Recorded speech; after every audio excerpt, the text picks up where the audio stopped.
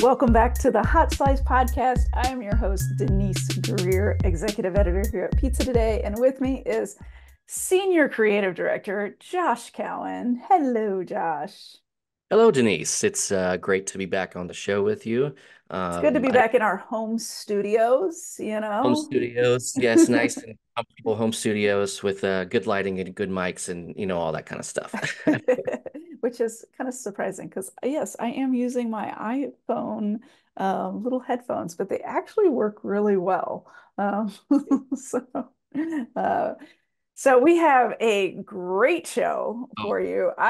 Can I just say that this was probably one of our best discussions that we have had on the podcast, and I am not even exaggerating. yeah, this is one of the best episodes I've been a part of that I can remember. We're 200 episodes in, so a lot of that, is blurry at some point. But I I absolutely love this episode, and I knew I was going to enjoy it, Yeah, going in.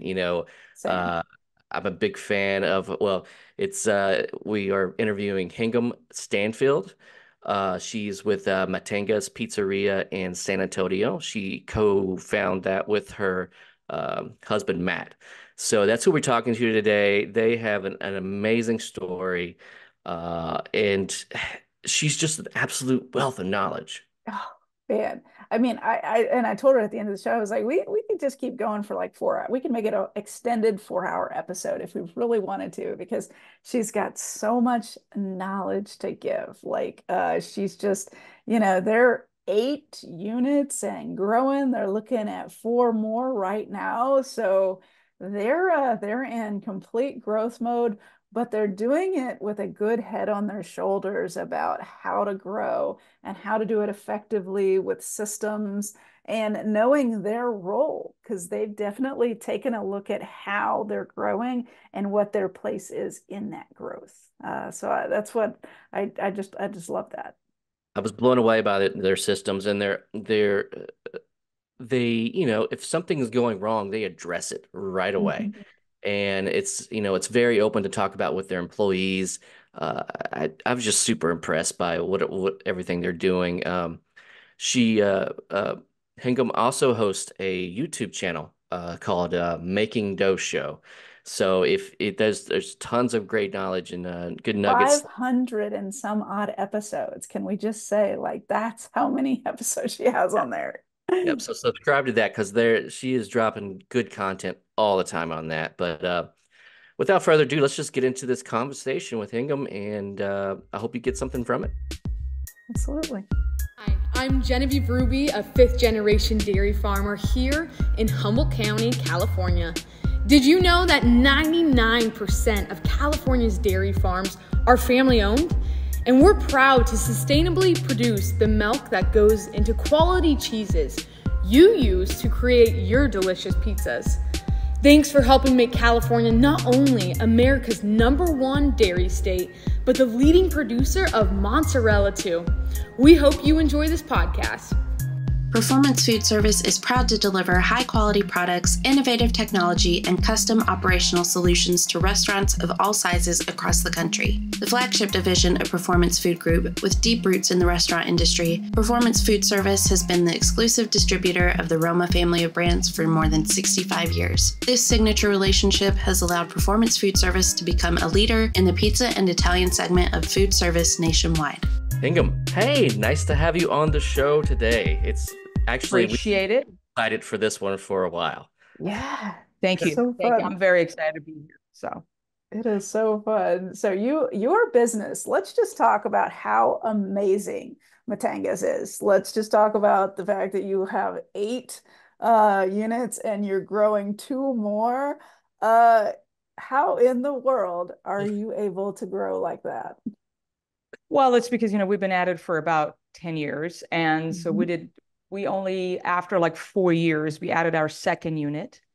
And like 3, 4 years later, we added 4 units that we were at, and then we added 2 more this year, looking into adding more. So for a long time, we're really thought small and stayed small, tried to build our system, build what's working. We broke a lot of things as we figured out what are the few things that are going to matter when it comes to our management, when it comes to our systems, when it comes to, our food, our service, all the things, and marketing.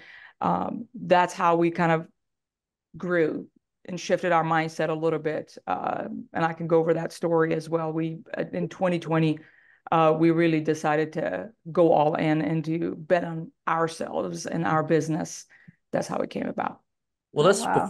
before we get into that, let's go back a little bit for those who don't know your story about, taking that leap of faith and starting what was a failed pizzeria, if I'm correct, right? And taking that over. So yeah, let's because I wish I had the courage to do something like that. So you're inspiring to me to do something like that. So I just want to like kind of get into your brain and like what were your thoughts as that was happening? Sure. It was 2014 is when we bought our first flagship store. It was a failing pizzeria. My husband Matt and I, we had met in college. He's a civil engineer. I'm an electrical engineer. And we also led a college ministry back then. And we loved hosting parties at our house, feeding people. So everybody likes makes, fresh pasta. We make desserts with a lot of college students in our house all the time. We just loved serving people. And then our jobs ultimately was just staring at a screen all day. And we realized, we really want to do more. We want to be in business for ourselves. And we're like, we love serving people food, how difficult is this going to be? It's harder than, differential equations. We got this. We had never had worked a day at a restaurant in any capacity before that. So we've been in the restaurant industry 10 years, both of us, with zero business, people management, any sort of experience. So sometimes I think, ignorance is bliss. When you get into something, you really don't know what you're getting yourself into. And once you're in there, we sold our house in New Mexico and we had two little kids. One was 2 years old and one was 7 months old. So at that point, we had moved, and there was a website called Biz Buy Sell. You can purchase restaurants that are there for sale, and that's how we found our restaurant. Obviously the broker said, "Oh, this is a cash cow." We did not know how to read a piano. I didn't even know how to cut a pizza. Like when you cut a pizza, pizza maker knows, when you go cut a pizza, if you don't press the cutter properly, it won't actually cut, though you make the movements. But I didn't even know how to cut a pizza. I mean, it was that bad. That's how we started, below zero knowledge in this industry. So it's been challenging and a whole lot of fun. And we love doing it. And it's just like parenting, you have good days, bad days, whatever, but you love your children no matter what. That still doesn't mean that it's easy. So just, it is well worth it, I would say. Absolutely. What did it take, in 2000, that pivotal point where you were ready to grow? What was it that you set in place in order to make those additional locations happen? Absolutely. So what happened is around 2019, we felt like we are not very good with people. Part of that is, again, having a little bit of that engineering mindset coming in. We're naturally better at process than people. And people are a little particular. There is a lot that goes on the people side. And so we felt like we're not able to we're not producing managers fast enough, or we're stuck at the two units that we had. And at that time, it was making maybe about 100 and 120,000 a profit, the two of them it was giving. And it was fairly okay, but we were still very involved. And then we decided to put the restaurants for sale and see what happens. And then so we had somebody who made an offer. It was like $540,000 to buy the two restaurants. And that's Q1 before the pandemic happened. And my husband and I went through this thing. And so the restaurant's name is Mattenga's. My husband's name is Matt. Part of my name is Enga. So it came about Mattenga. So it's not our last name, but it is part of our names. And, we thought about, okay, well, what are we going to do? It's like, hey, that's money for the next profits, like for the next 4 years without needing to work it. And we will find out what we're going to do. And so we're like, okay, well, we probably will work in the food industry because we love food. We'll still be in business, of course. And we're like, oh, wait a minute, we already are. We have a good brand. We have a lot of happy customers. We have a lot of loyal customers. So we realized we don't want to sell. And that was just kind of the decision. This is how it feels, especially if you have one unit or two. Sometimes you want to throw the towel. You really can't. You're kind of stuck in there. Am I selling? Am I staying? Is this really worth it? Especially on those rough days. And crazy Friday nights, people quit, no call, no shows, all the things. And so that's kind of how it was. It was a pivotal moment for us to realize, are we all in? Are we kind of half in, half out? And we realized we really want this. We really want to be in food. We love what we do in terms of the food, serving people, being in the restaurant industry. We serve a lot of people in the community, teachers, schools, a lot of donations. And so we shifted our focus to that. And from there, we decided to go all in. So we said no to that 500K offer. And that really was, I think, very beneficial for us to come together and make that decision that we're going to grow. And then the pandemic hit. And it was madness, but we grew our sales 20% during that year. Being in San Antonio, Texas does help. Being in a great community helps. So overall, that was a decision that really got us to think about growth. Yeah. And I know, okay, so your locations are kind of concentrated there in San Antonio. So what's your tactic to how you select those locations? Are you doing back to back on like delivery zones, or like what are you looking at when you That's a very smart way of doing it. And in fact, if you take some seminars at Pizza Expo, which I strongly recommend, that is a very good recommendation. One of our stores is like an adjacent, like a neighborhood, and that was a huge success from day one, that store. But we have funded our own growth. And when you're aggressively growing and you just funding your own, we've not like taken outside money much and funding our own growth. When an opportunity for a restaurant comes up, we'll assess the neighborhood. Being from San Antonio, you kind of know where good neighborhoods are. We go assess the location. We have like maybe 10 to 15 criterias we look at for a location. And Matt really purchases a lot of the equipment in auction. He sets the stores up. A lot of the stuff we do ourselves to frugally grow. We don't have funding from outside at this time. So that's how it's been. But the smart way to do that is kind of more adjacent kind of neighborhoods to grow and think about, hey, within the next 5 to 10, the challenge is, finding the right location within, like, say, hey, I'm here, I'm up successful in the next 10 miles, finding the right location. We find sometimes existing pizzerias, the oven is already there. We just took over a Papa John's space and Matt was able to negotiate to keep that oven. Oven is a big expense. The hood is already there. The oven is already there. And we always are assessing their design of the interior. Obviously, trying to learn from Papa John's. They do a few things right, of course, when it comes to those things. So, yeah, we've grown frugally. So that has been our strategy. I mean, that had to feel kind of good moving it and taking the Papa John's spot. Yes, absolutely. Absolutely. And growing without outside sources. I mean, that's huge That's to so be able impressive. to do it on your own. One thing I think about as you've grown and as you continue to grow, like what are you looking to do with Mattenga's? What's your vision for the brand? For instance, we're looking into probably 60 to 70 locations here in San Antonio, and then we want to grow from San Antonio to Austin and Houston and in Texas. So like Whataburger is a big burger chain here in Texas. When you say burger, everybody thinks of Whataburger. So we want everybody who thinks of pizza think about Mattenga's. So that's our mindset.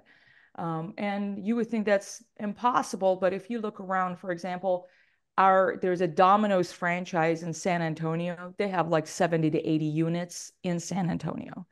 So it just depends on the strategy. If you want to have big locations or you're going to have a lot more smaller locations, especially going into neighborhoods. So studying Papa John's locations or Domino's locations, why are they located over here? Studying those are going to be very insightful because they have departments for those things.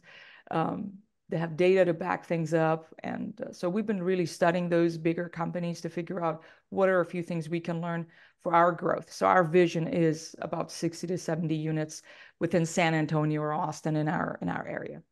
I mean, with that, you have to have your systems down pat, and I can just tell from your videos and talking to you that you're all upon that. So what is kind of your philosophy in building those systems for your stores? You're right. I mean, without systems, you really have nothing. You have to train people on systems. You have to hold your managers accountable based on the systems. If you don't have systems, there's nothing you really can do. So for us, everything is a system. Marketing is a system. Management is a system. Hiring is a system. Customer service is a system. Making a pizza is a system. Everything. If you shift that mindset and look at things sequentially and step by step for everything that you do, as an operator or as a business owner, it actually ends up being simpler. I always start from what frustrates us the most. And my husband, Matt, and I, we used to do this quarterly. Let's make a long list of our frustrations. And so it's actually very therapeutic. If you don't want to pay for therapy, you just get a piece of paper each of write all of our, and we used to do that with our managers to really identify the pain points that are the most frustrating points. Hey, they forget the food order, or they forget the will call, place a will call on Friday, and then we end up going and picking stuff up, or the schedule is not done till Sunday, or the payroll isn't processed, like always kind of last minute on stuff. So we make a long list of our frustrations. Then we're like, okay, you know what? Let's narrow down the top three. If we solve these 3 out of 20, that's gonna feel good. And it's going to save us some time or save us some stress and all of those things, and give us 1 day off at least, that, in the beginning phases. So that's how we really narrowed things down to focus on solving those frustrations. You got to kind of really sniper at the problem at hand, because you are bombarded with problems all the time. Yes. And so if you don't prioritize even what problems you're going to solve, and I call it solving a profitable problem. You can solve a lot of unprofitable problems, and at the end, it takes the same amount of effort and energy. So might as well focus on something that's going to matter. So that's how we build our management systems. We establish a lot of meeting rhythms, and what's covered on those meetings is a proactive approach to catching issues before it's too late, if that makes sense. So there's a lot of those and we are constantly updating things, and this is an ongoing. So you're committed to your business ongoing, just like, you have to feed your children every day, make sure they do their homework. This is ongoing and hands-on. So the sooner you reconcile with that and count it as fun, the better. But that's how our philosophy with systems. I mean, maintaining consistency with that many units is super important. So I think I read somewhere where you guys have an inspection policy that Matt goes around to all the units. So kind of talk to us about that, and they use an app for that as well. Yes, absolutely. We can talk about that. So first off, we learned that from this tends to be common in many franchise environments. Papa John's, Domino's is not something we came up with. And so they do like an inspection that they do. So the content of the inspection, which I will go over in just a second, what's in it, is that we came up with. And we've done that. Matt used to do them when we had like 6 units. 1 day a week, he would just go and randomly he would choose which store to go to, and he would check different aspects, including repair and maintenance, checking different, because a lot of stuff break once you have 8 units. It's just ongoing.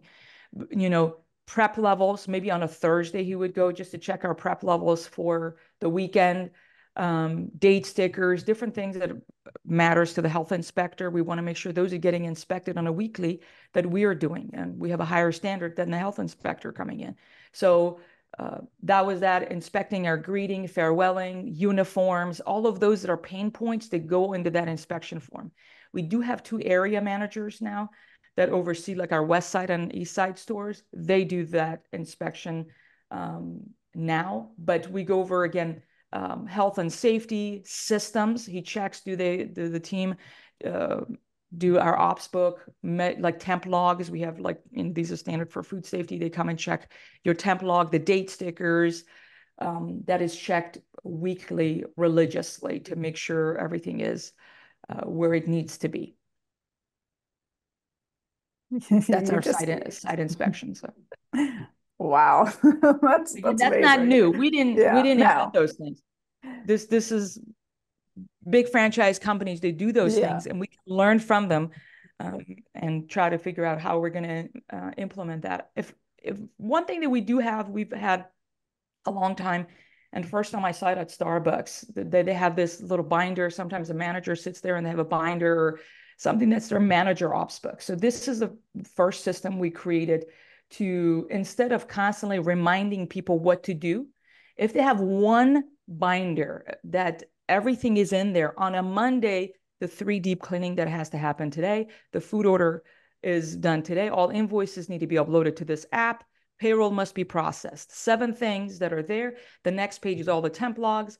The next page is they need to go in there. Any customer concern section for the day goes in there. So this, I want a manager to, as soon as they come in the morning, they know exactly what their plan for the day is. On a Monday, on a Tuesday, instead of thinking, oh, what deep cleaning can we do? Oh, we have extra staff walking around, sales is low. That's a reactive approach to management. And we want to be proactive when we project sales for the next week and do the schedule. The time to control labor is before the schedule. Not always going to reactively do some things, but that manager ops book has been a great tool we've implemented. That I recommend folks implement for their own stores as well. So, absolutely. Yeah, something I'm really curious about is your company culture, that employee incentives, employee programs, because you do have an environment where if you come into your pizza company, you could really advance and grow with wanting to get to 60 locations right there. So tell us a little bit about like what you're shooting for with your employee programs. It go multiple things. Matt and I no longer are part of hiring process. We are more focused on the leadership development and our level right now with the size of our team. It's about 100 and 120 people on the team. So we really need to be focusing on, hey, if I am spending 10 to 15 hours in meetings, who am I going to meet with that I'm investing in? So those who've been here a month or a short period of time, they no longer necessarily were able to invest that time. So somebody who's been here long term, our managers get more of our time. But people need to feel heard. And you have to have rhythms in your business on a weekly basis that gives that opportunity.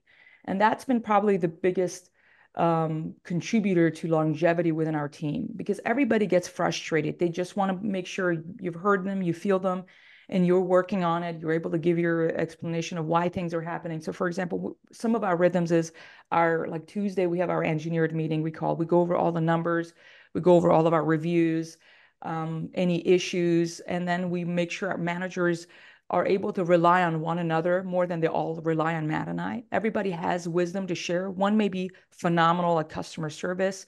One may be phenomenal at food orders and controlling their costs. We want to make sure as a team, people rely more on one another than Matt and I. That's better leadership than always wanting people to rely on you for information. So that's been creating more of a family environment, because I'm able to help you, this person helps me, and people have one another's back. That's been very good. Any issues we discuss on Tuesdays that they come up, then we have at a location level, people discuss, they have a meeting also at a location level where they're able to get their frustrations out to one manager who does the schedule to say on Thursday we were very short staffed or the prep wasn't done. And the Wednesday person is able to say, oh, hey, I prepped, 5 bins of cheese as shredded. I mean, how many did we need? It's like, well, 4, 3 is not enough. We need 5. Oh man, I didn't know, I'll do better next time. People need to constantly communicate. And if you assume that, because people talk a lot at the restaurant and on their cell phone with one another, but is that those conversations productive or not?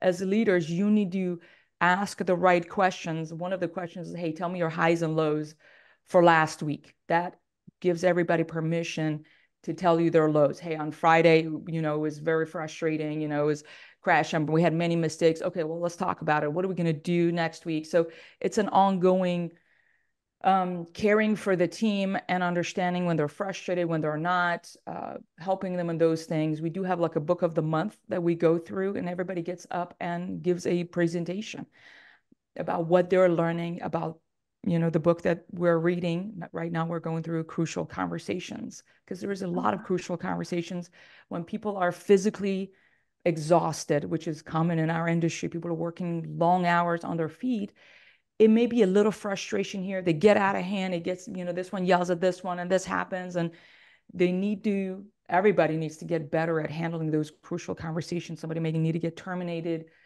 Those are crucial conversations to have. They need to be handled with care. So our people get up and give a presentation.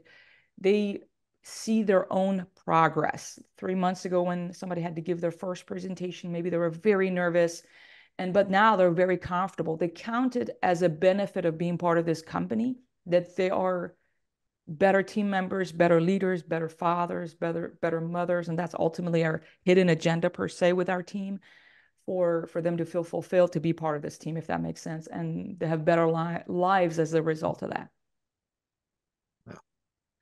Yeah. So Go ahead, Josh. I was just going to switch gears just a little bit. And one of the videos I watched on YouTube, by the way, it's called the Making Dough Show. If you're not a subscriber to it, you really You should. should be. Much great I'll content. put it in the comments, or I'll put it in the description. So definitely giving you a plug there.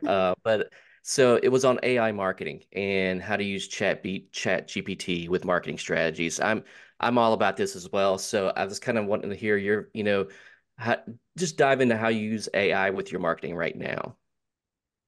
I use Chat GPT daily for HR, customer concerns, everything, handling scenarios. And so let's talk about marketing.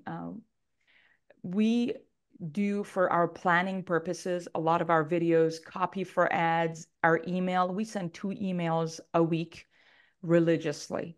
All of that takes very little amount of time if you leverage ChatGPT. So social media posts, ads, everything. A lot of the scripts for our videos, a lot of it we use ChatGPT as well. So yeah, if you wanted me to go a little bit deeper, I can. But like even looking at, yeah.